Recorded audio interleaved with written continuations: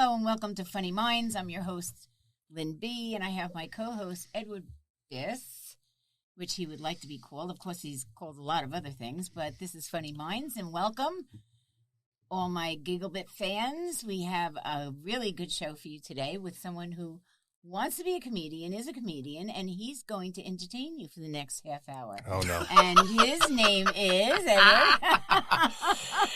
Edward. John Smith. Nobody knows me. John Smith. Is this mic on? Married to Pocahontas. Pocahontas. Poca who? Who you poking? Pocahontas. No, this is, we are lucky enough to have Mr. Richard Rubbin on today. This is part 2. You go back in our archives with all of our episodes. We're going to have anybody who we find insanely interesting, which Rich falls into that category because he's just insane and he's interesting. Renaissance man, and good friend, and established Maximum Bands from the ground up, who books acts worldwide, has stepped into the comedy world. And in our first episode with Rich, we touched on his musical career and his business, and then we started to touch on a little bit of comedy, which he's very passionate about, and so are we, obviously. And so we wanted to give a round 2 to Rich so he could come on and we could just dive deeper into his comedic experience, passions. We could talk about some stuff that he tried to make people laugh with that failed. And succeeded. Yeah. And then we'll go back and forth and we'll Sounds trade of silence. bad jokes. We're going to keep you entertained. But Rich, let's start with, what was your best... Like when you got on and you started fumbling around, and believe me, I did the same thing. And then you finally had a night, whether it be at an open mic or wherever, and you had yourself pseudo kind of feeling like, okay, I got a few things, let me get there, and you did it, and you finally got that laugh. Yeah, that was, how long did it take?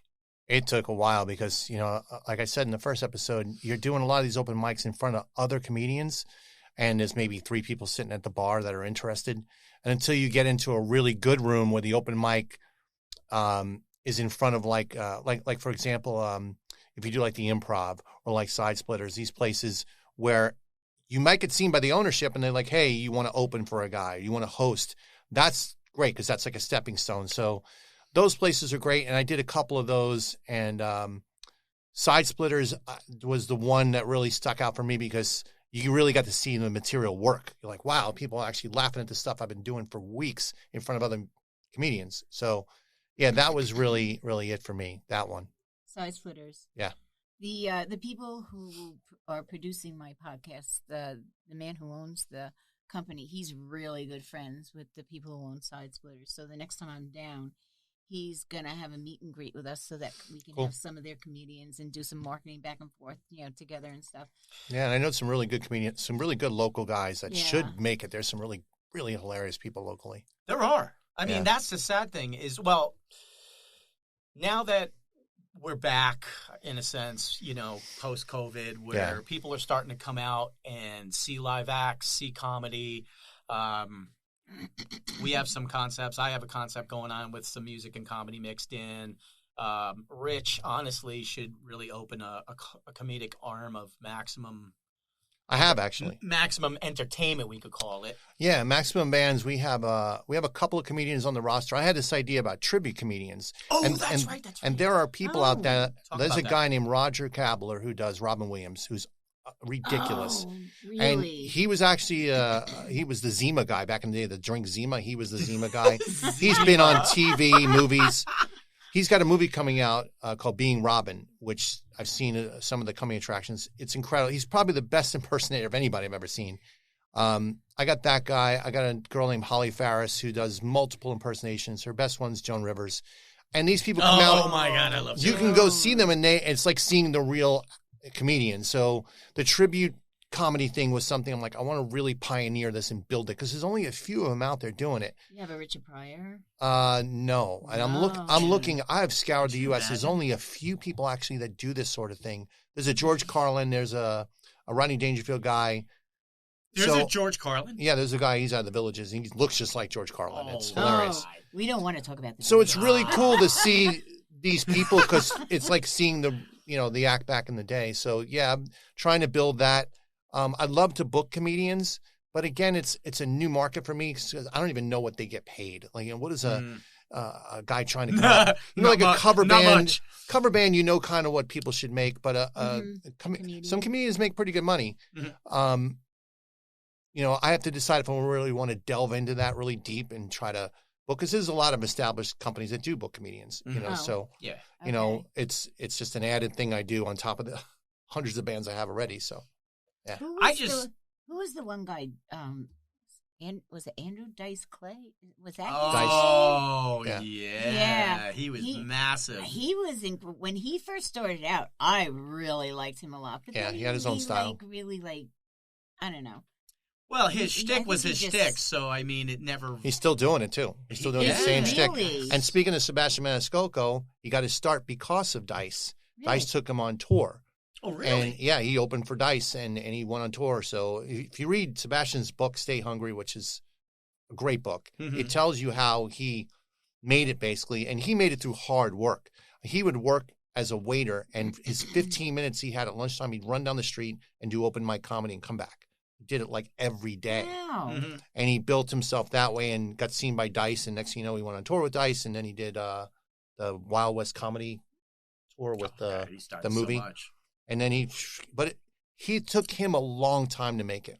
Some of the guys, they make it really fast, or guys get on Saturday Night Live and boom, Pete Davidson, who's massive now.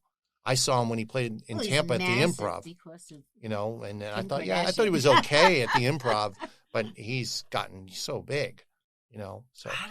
I'm not like really a big fan of I'm not a big fan. Not even on Saturday Night Live. Like he's got his moments when you see him live. His live comedy is very different from what he does on Saturday Night Live. Okay. Yeah. Okay. Yeah, a little bit, but I mean, I like his. He's got a New York vibe. He's from Staten Island, so he's kind of got that Northeast kind of thing to him. And he's got he's got a very sad story. I mean, he lost his dad on 9/11. Yeah.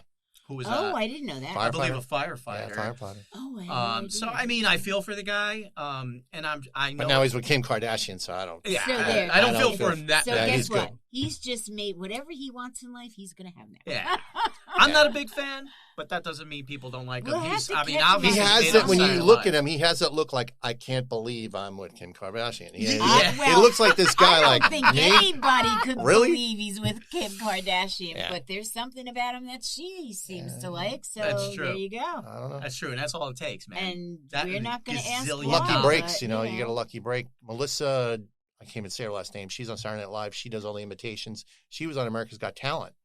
Did her 5 minutes, and then she got seen there, and boom, she's on Saturday Night Live. So I like a lot of these talent shows because they find some people that really deserve that break. They're that good that they deserve the break. It's great because back in the day, this, trying to make it was hard. You had to go and make a tape and get it to somebody. And I heard back in the day when I was trying to make it, I heard a record exec would listen to like 30 seconds of a tape and throw it on his floorboard. And his floorboard was filled with tapes. And I used to think in my mind, I don't want to be on the floorboard. Yeah. I want to get past that. It scared me like, wow, and but at the same time, you also kind of feel like a fool. Now you got YouTube and you didn't have to go on the couch. Well, look at Journey found the Filipino guy on YouTube. They did. They found them on YouTube. And why was Neil Schoen looking at Filipinos? I want to know. On YouTube. Yeah, what's going on? Filipino men on YouTube. Yeah, what's up with that? Question that, but great. He is great. It's he's hands down great. Great tenor voice, really good voice. Well. Rich has also put some bands on TV on the Clash of the Cover Bands. Clash of the Cover Bands. Yeah, some of his roster. Our Dolly Parton won. Yes, she won. Yes, Karen, right, she was amazing. We had Russ Anderson was on there, Elton John, and Slippery When Wet. Adam Tucker, the Vegas McGraw was on there. Mm-hmm. The Lady Gaga girl just moved here to Clearwater, and we're just going to start working with her. So, yeah, it's great. It's great to get exposure like that for the bands. Who did that? Jimmy Fallon? Wait. Jimmy Fallon's company did it. Wait. Lady Gaga. Does she work at the skydiving place? Oh, yeah, that girl told us she did Lady Gaga. Maybe. We went to the skydiving place. Yeah, it's Erica, blonde. yeah. Erica. I said, yeah, I do tribute music, and she goes, I do Lady You Gaga, gave and her- I Erica. said, call Rich Rubin. Yes, Yeah, he yeah. gave her your information. Yeah, it's Erica, I remember yeah. that day. Yeah. So she's great. thank you. You're welcome. She was cool, man. She looked great. I was like, Like, hell, yeah. if you sound half as good as you look, At you're... first, we didn't know whether to believe her or not, or she was just like pulling our leg and stuff. It's and, very rare that someone's going to and- say they do a tribute yeah, and if then they the don't more Yeah. do we a talked tribute. to her, the more The we thing, realized you know, we're that talking. she was, yeah. We're talking about comedy and tribute bands, and we'll bring up our friend again, Martin.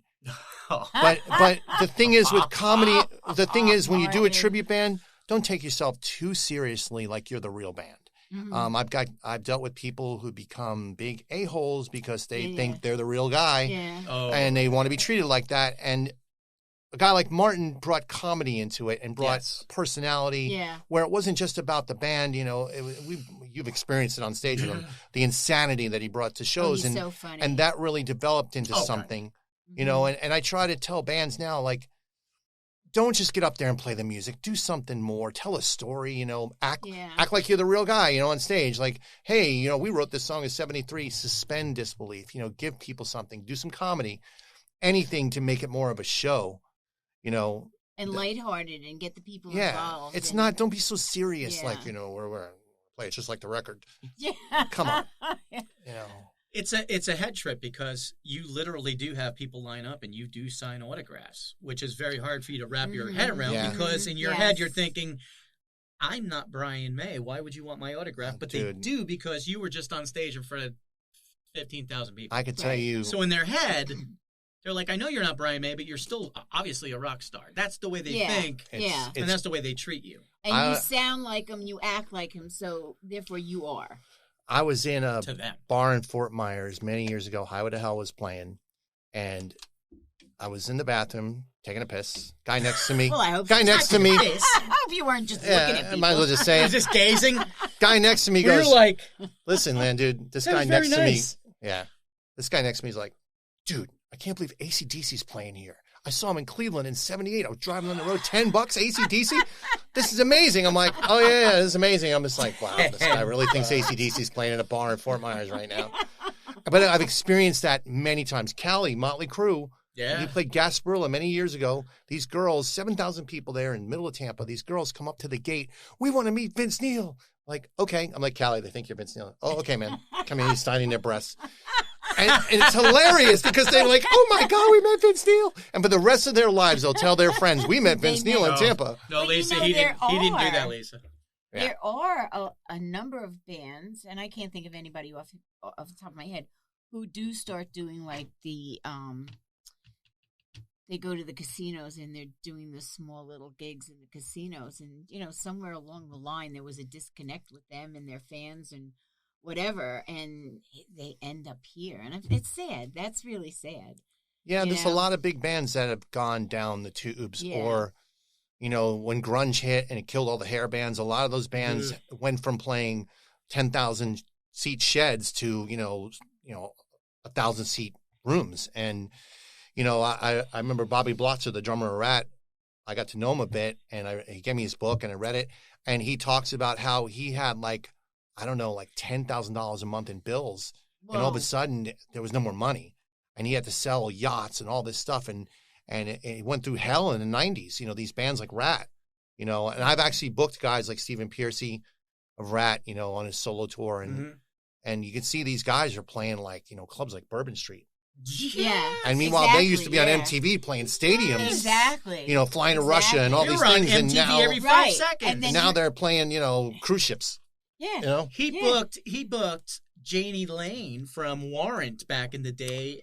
I booked his last tour before he died, Before he died, but and it was a became sad mass- thing because that guy was huge, you know, massive and talent. Right. a lot of talent. You know, he went a lot of personal demons with alcohol, and I saw it personally, and it was sad. And when he died alone in a hotel room, I was like not surprised. I hate to say it, I saw that was coming for him because Mhm. just couldn't fight, you know, the alcohol problems. So, yeah, a lot of guys. But there's guys that have thrived that are still going that did really well. That were smart with money. Guy like Brett Michaels, super smart with Oh, money. Oh, Brett- yeah. Guy has a Awesome. great PR team, great Mhm. agent, and that guy, you know, he knows he's smart. You know, he's still making great money and looks great. You know, there's some guys that really knew what they were doing along the way. had listened to the right people, took the right advice. Brett was a very smart guy. Yeah. He was a hard worker. We played with him in Galveston. Yeah, I remember you telling me. Yeah. Yeah. And he's just a very down to earth guy. And he's a Pennsylvania kid, and he kept his life, even with all diabetic, that fame, diabetic, type 1 diabetic. I know. You're but right. he always kind of stayed grounded, and you could tell, and he's had a lot of success, and taken a lot of guff for the whole hair wig bullshit, whatever the hell's going on up there, but whatever. Yeah. But he's cool. But then you make the flip tie side. a bandana. Hey, bandanas go a long way. Wigs. Yeah, you know about wigs. Yeah, you know a lot about wigs. I've been wigging out for a long time. Yeah. Do you know the sad thing is when you take your son wig shopping on the weekend? Oh man. And then he goes back to school and you're like, "What'd you do this weekend?" You're like, "Well, I went wig shopping with my dad." That Not was that cool. there's anything wrong with that. No, it doesn't make him a bad guy. He's a great father. Yeah. But he needed to look like Mick Mars. Yeah. And people wearing wigs, I deal with them all the time. And the bands that's like, I'll never do that. I'm like, okay, then you can play for 4 hours and bring your PA and make $500. Or you can play for 2 hours, wear a wig, don't have to bring a PA, and make $2,000. Yeah. What do you choose? Yeah, I'm wearing the wig. All day long. I'll wear a dress. You have? They wanted me to do Mandana. Another one of his brilliant creations. Okay, let's be honest. I've named a lot of tribute bands. He's named. Okay, this dates back. He's named the M80s. Scream Machine. He named Scream Machine. He named Jet City.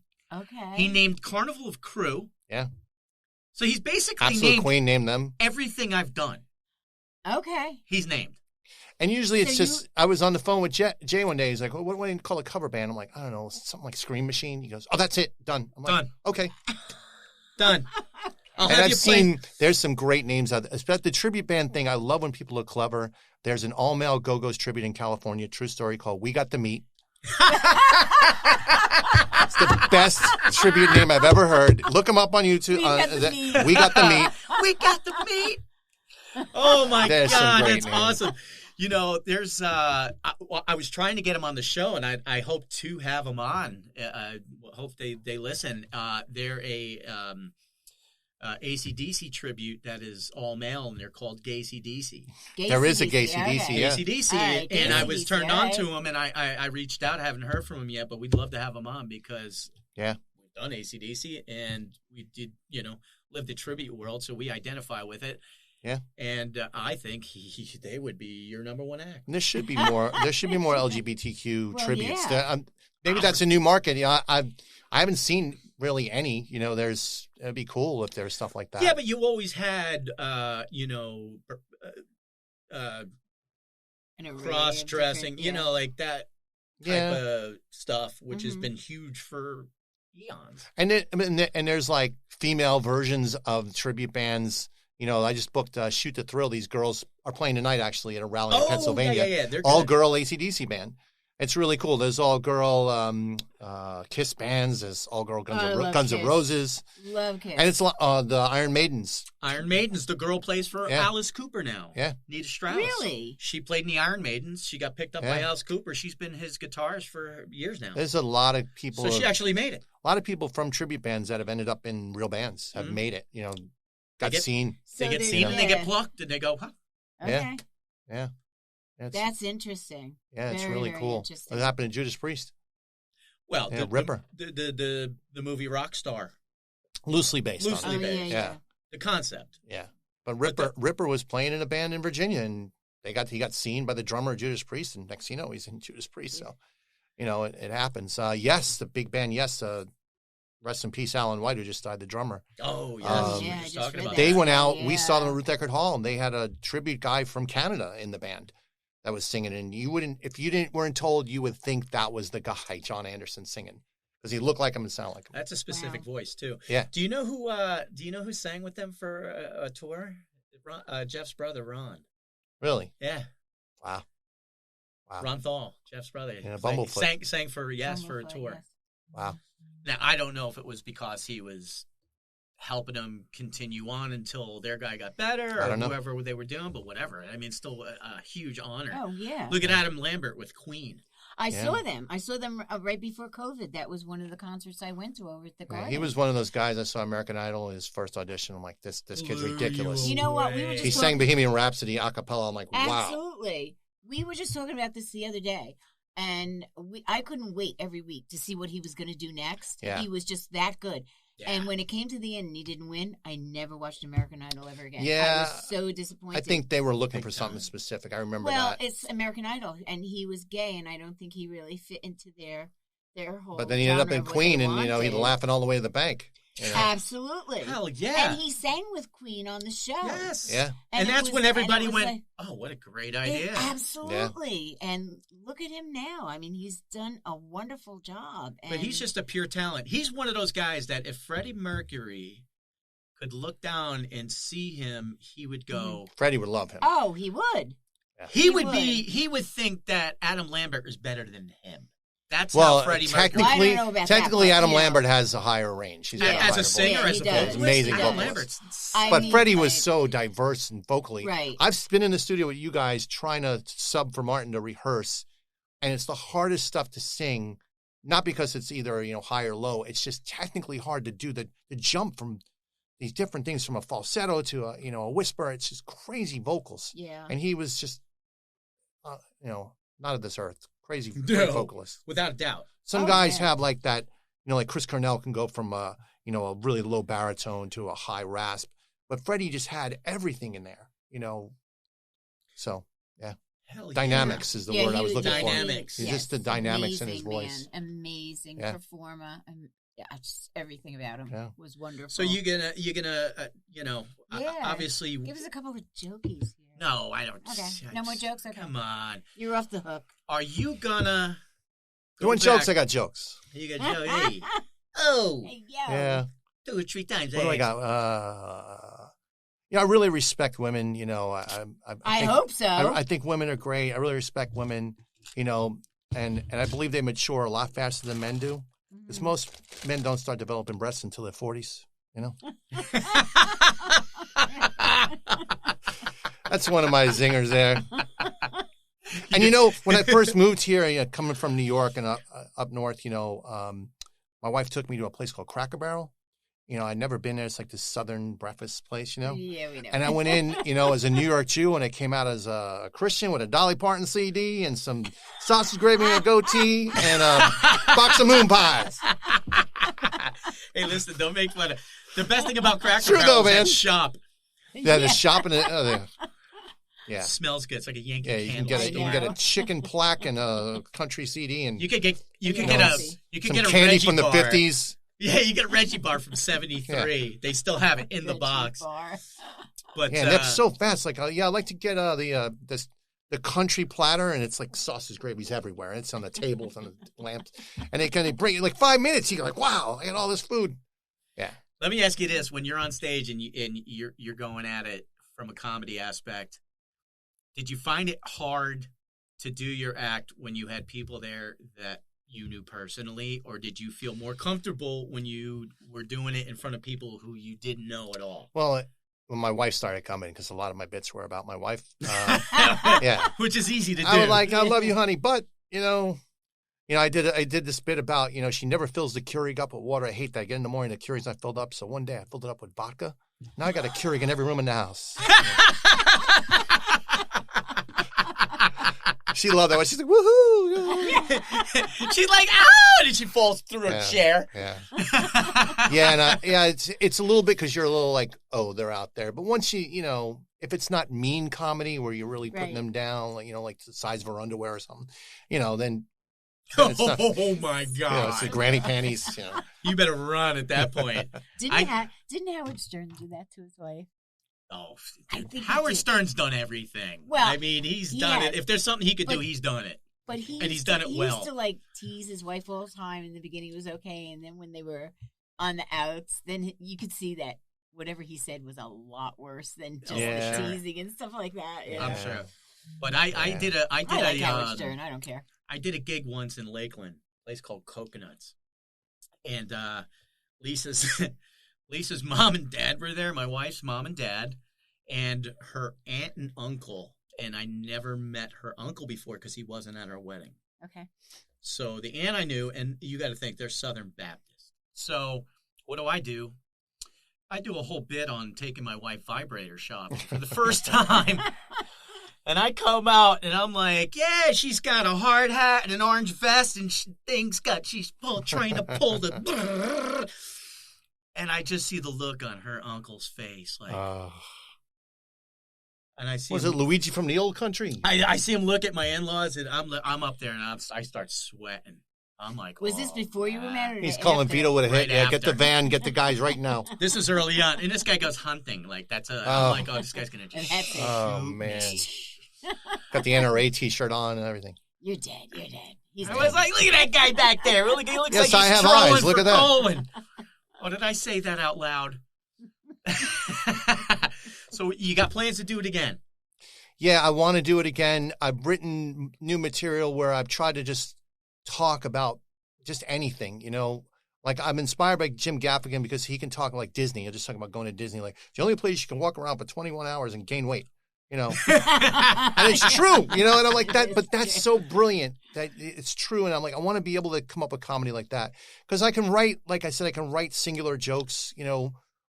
I can write bits that are maybe 30 seconds long, but I want to write something that's longer than that. So that's really where I'm trying to go with this, you know. So. And you're out on the stage for what, 90 minutes? They give you 90 minutes? No, when you go open mic, you get 10 minutes. If you're lucky, that's it? Sometimes you get 5. Sometimes 5. Five, you got to get out sometimes there. You're like, 15. hey! Goodbye. And it's hard to get because, you know, I always say, like with music, people remember you for how you start and how you end. And sex too. And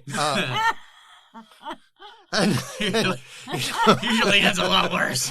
Yeah, so like Facially. comedy, you want to open and make them laugh. And, you know, you hope the middle stuff's good. In the end, you want to have the real zinger, you know, it's that kind of thing. So 5 minutes is hard to do that, you know. It's weird. I like to be the person in the audience that's interacting with the comedian. Like, No, you don't. No, you don't. No, We hate those I people. love it. Oh, no, I do. You're considered a giant, massive pain in the I ass. had a show where a guy was No. heckling for the first time. Oh, no, And I said, listen, heckling. get that guy a crayon and a coloring book. He needs something to do. And people were dying laughing and I shut him up. don't mean heckling. I don't mean that. I mean where they're doing their comedy act and they say something. You have to say something under your breath, and all of a sudden they zone in on you, and they know that you're going to interact with them, and then you have this fun. Crowd time work with is them. hard. That's the person. Crowd I've work done is that. very hard. Crowd work is hard. I've done that a number Ian of Bagg times. is a master. Oh, at the crowd he work. is. He is. There's guys that are is great with crowd incredible. work, and there's guys that are not. And I've heard advice on what to do, like read the room before you get in there, look at the people in the front, you know, what are you going to say, how are you going to interact. Howie Mandel was the master of that. He didn't even have an act. Howie Mandel would do stupid stuff, but he would just talk. What do you do for a living? I asked you 3 times. What do you do? You know, and he'd get people going, oh, you're a lawyer. You know, and he would just, it was so great to be able to, guys that can riff like that. But that takes a long time. I like Howie Mandel. I was watching. He him is the very other funny. night. I Deal or no like deal? You want him. this deal or no? Yeah. Oh my God. So now you have new Who am I thinking new of? material that you're writing, that you're going over, you're going to do, and so Yeah. when do you expect to step out on that stage again? Yeah, the scene's changed quite a bit. You know, what really sucks is when you start doing an open mic and you really like it there and you're building and then they close it. And you're like, they stopped doing it for some reason and you got to find someplace else. Uh-huh. Some of the open mics are hard to get into. You got a guy that runs it with a list and then you're waiting all day on a Wednesday and then you're like, I'm not on the list. What am I going to do tonight? You know, so it's a tough scene. But I can't complain. I've heard people like in LA will wait 6 hours in line to get into an open mic. Oh yeah. Really? Crazy over there. Oh, yeah. Competitive. Oh, so you don't have an actual gig booked. You just have No, to stand there and wait to see if you to get build to in? have gigs. I wouldn't do a gig until I got a good solid 20 minutes, 30 minutes that I Uh-huh. can just go through. And do I've it. got plenty that I can do that, but also, you know, the thing is I could use my business and what I do to get gigs, Mhm. but I don't want to do that and Yeah, feel yeah, like yeah. I'm just going Yeah. to get, I got it because they know me. Right, exactly. You kind of want to earn it. So, yeah, but I could do it. I know a lot of venue buyers will be like, listen, man, let me get up. I've had people tell me, yeah, I'll let you get up for 20 minutes in front of the band. No problem. I'm like, I could do that. So I may do that soon. He has Okay. done it. All right. And the thing is, I introduced bands for so many years and I've been a lead singer, so I'm not afraid of the stage. I just get up there and just do it. It's kind of like, I always feel like you're walking off a cliff. You get up there and if you just don't let it go, you know. When it Well- comes to comedy, you got to take your lumps. Yeah. Well, There's no way out. Whatever you do, Rich, I hope I'm here the next time that you're going to get up on stage because I'd love to come and see you. Yeah. But we're going to have to say goodbye, and I'm going to have to say thank you so much. I'm starving looking at these booby bites I know. here. Well, you can have some. Bites. Thank you so much for being on the show. You're Sponsored by very interesting. Ronco. Only $29.99. Get a free potato peeler if you subscribe now. Don't say potato I peeler. hope you come back and see us again. And for all of you out there, thank you so much for joining us and being a part of our show. And don't forget our two important organizations that we love to support, and that is breast cancer and St. Jude's Children's Hospital. Give us a thumbs up, donate, help us out to help them. And thank you again. We love you, and see you next time. Bye-bye. Take care.